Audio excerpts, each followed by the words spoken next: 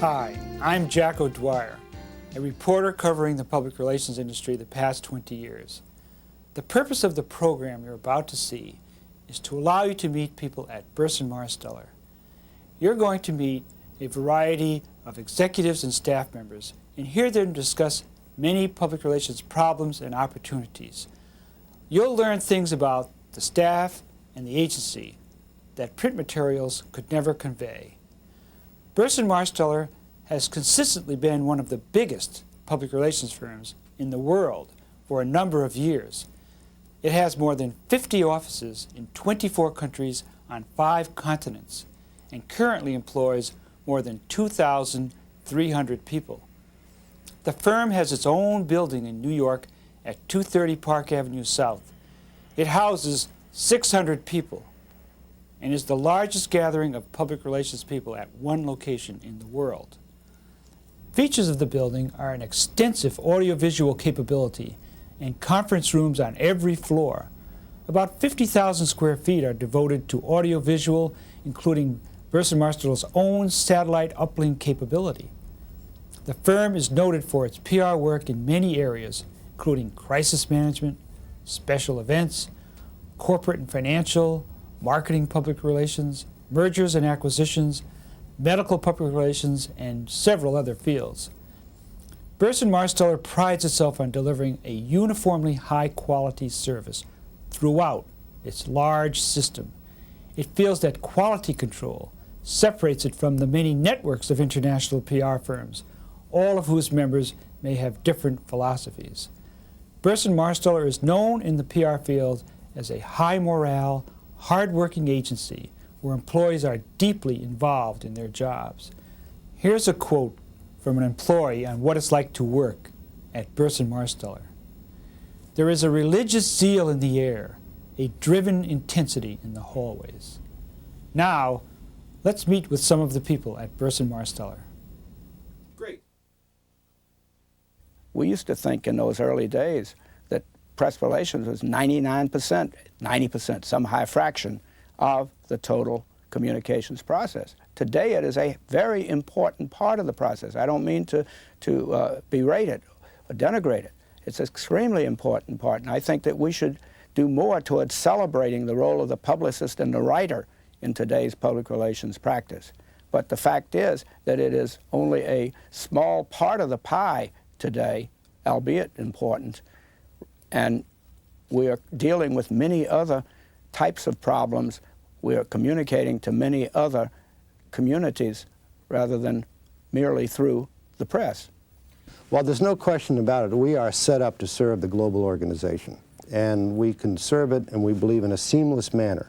That is, an integrated, coordinated client service operation, whether it's one of our clients, for example, we work for in Asia, Australia, United States, Canada, Latin America, and in Europe.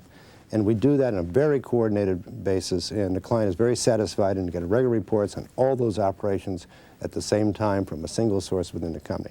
We are set up to do that. But we also work for clients in a regional manner. We might work for them just in one office or maybe just in one country. We do a lot of work for client A, for example, in Europe and not in the United States, and for client B in the United States and not in Europe. But we are capable of serving the client on a worldwide basis. We think that our network is very special. In the U.S., for example, we run the U.S. operation with a U.S. management board, and on that board are representatives from each of our offices. And we develop our business strategies, our budgets, our plans for the years together as a management group and committee. And we are committed to helping each other wherever and whenever needed. It is not just the profit of the Pittsburgh office that is important. It's the health and ability of the total system. If Pittsburgh needs 10 people tomorrow because of a crisis or rush assignment, I guarantee you they'll be there from New York, Chicago, whatever it takes to make that client project happen. And that's the philosophy we work with. We call it seamlessness. I think our people are getting tired of hearing the word, but we preach it over and over again.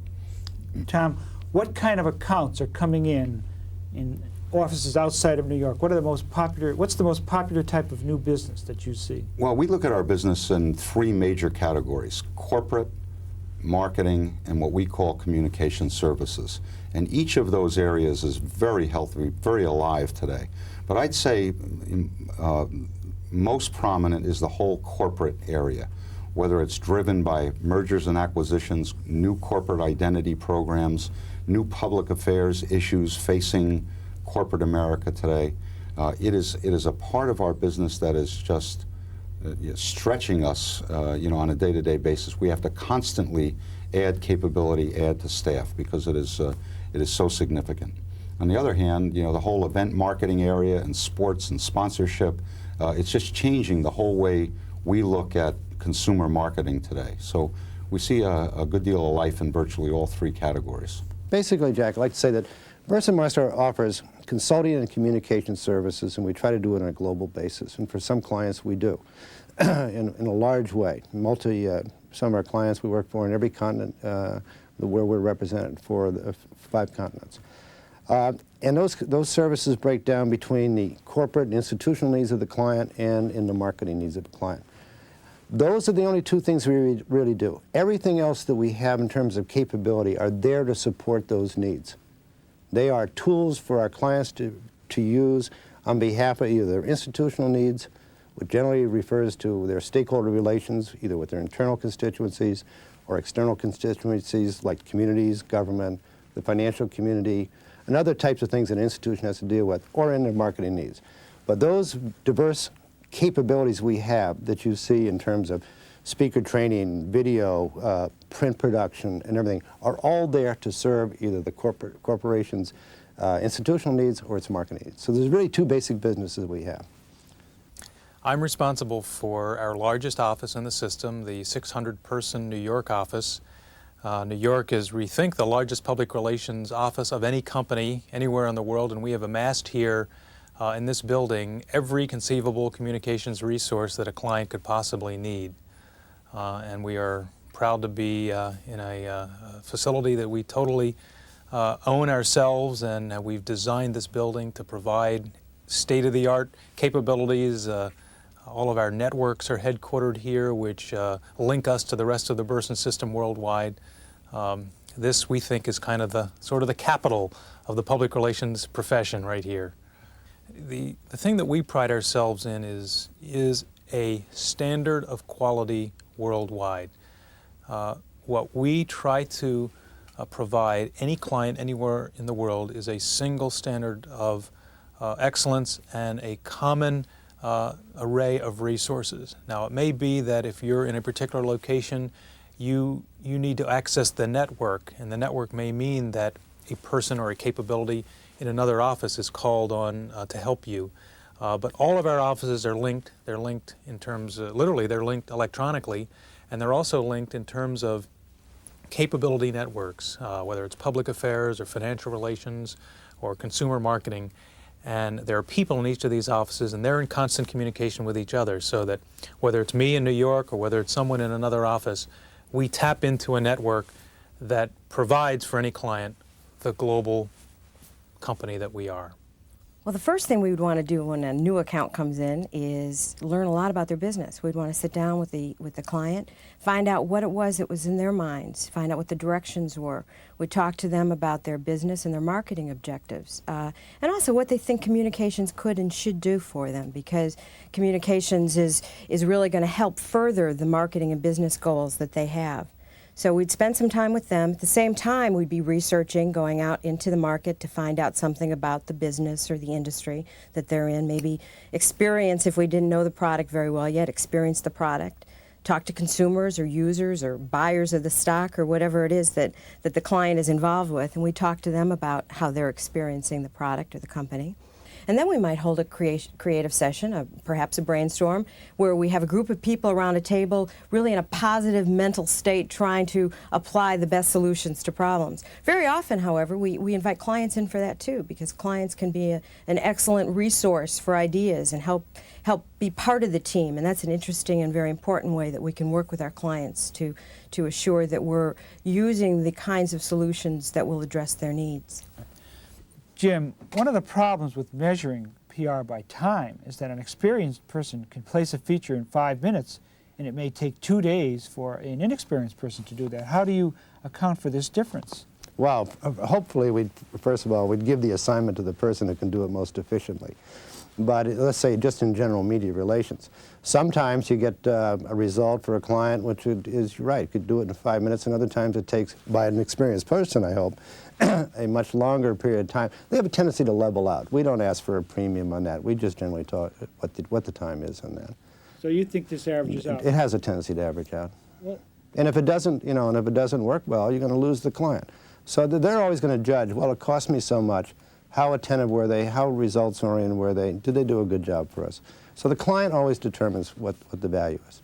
do you show him timesheets? Yes, we give our clients, it varies by client according to their requirements. And we are capable of adjusting our reporting system to their needs.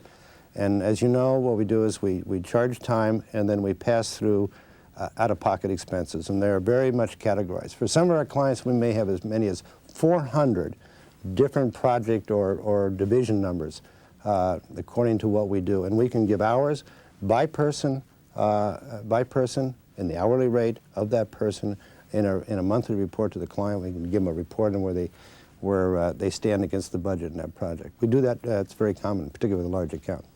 Now, what kind of an account would you be most interested in? Jack, I think it's the opportunity that matters. An account in New York can range anywhere from $50,000 of income to $5 million of income.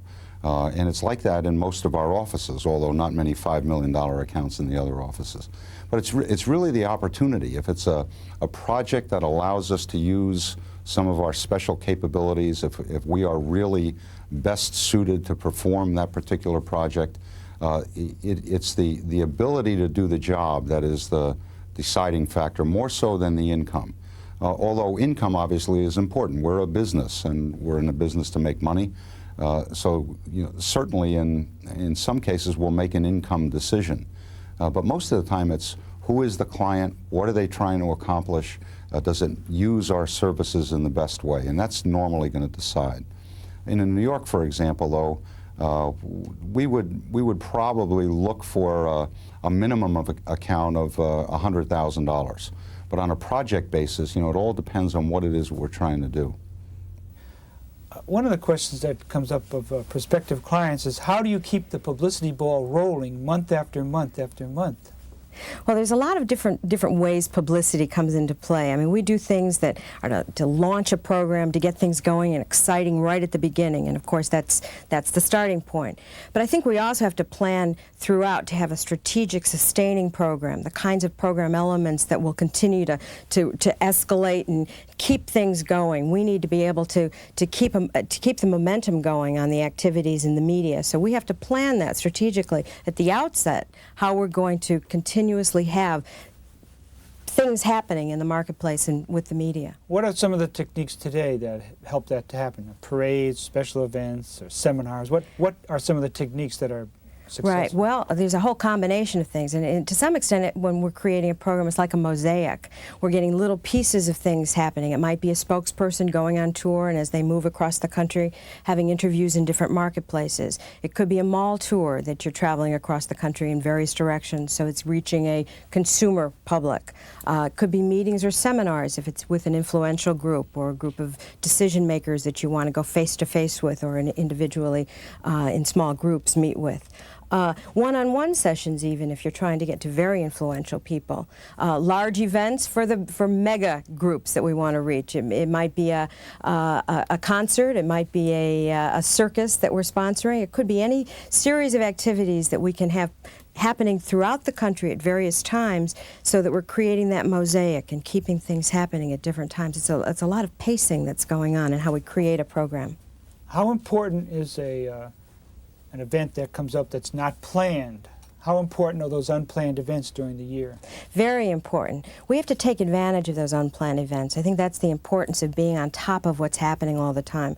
I think a program should be strategically planned so that we can go out there always proactively, but we should always be ready to take advantage of those reactive moments, those moments that if you just jump in, you can really make a difference and maximize an opportunity that's happening in the marketplace. Some new scientific finding or some political political eventuality, something that happens that we can take advantage of is a very cost-effective and a strategic way to continue to maximize our message getting across.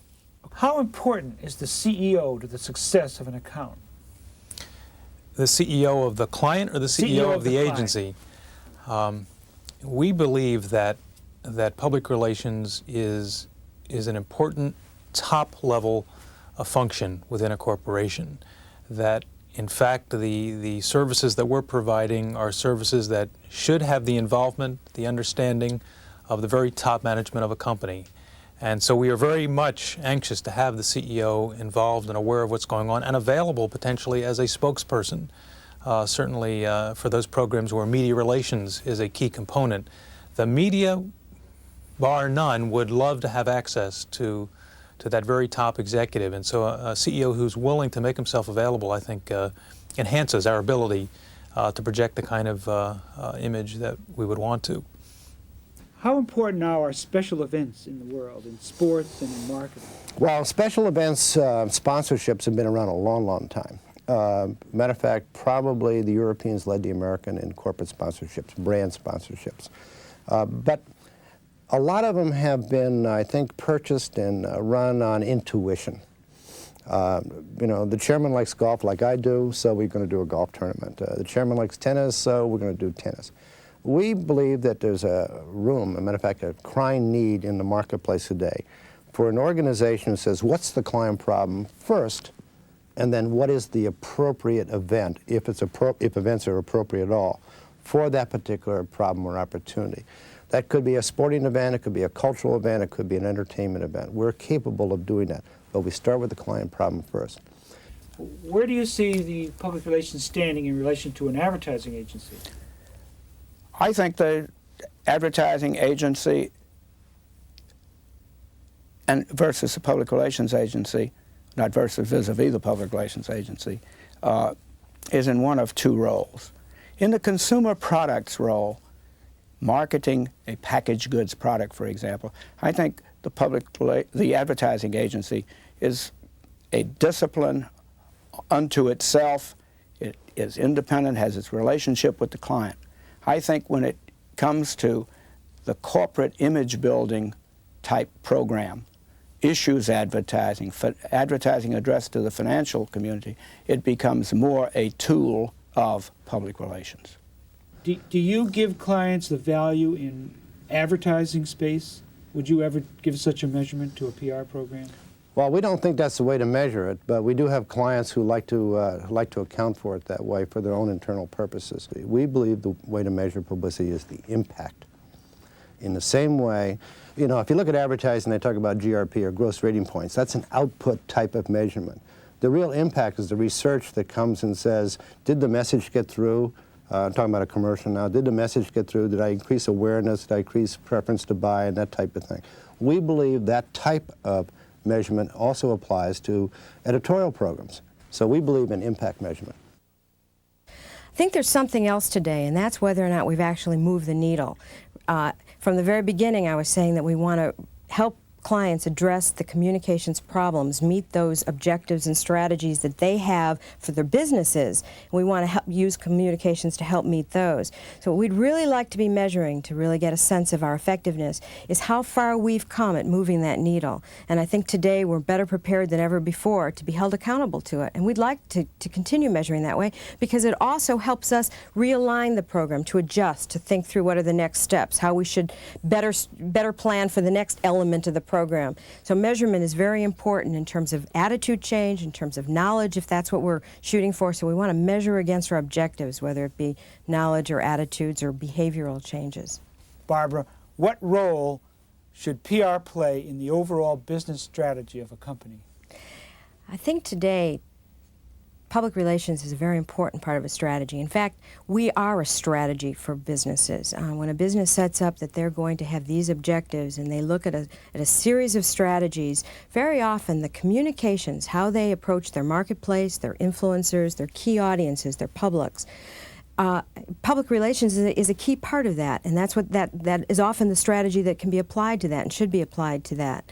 So I think in terms of the overall strategy of a company, we can be applied very effectively and in helping them influence those audiences and helping them meet the objectives which are important to meeting the business goals of the company. Where does PR stand in relationship to advertising? Right alongside. I think we can be partners to advertising, to direct marketing, to promotion.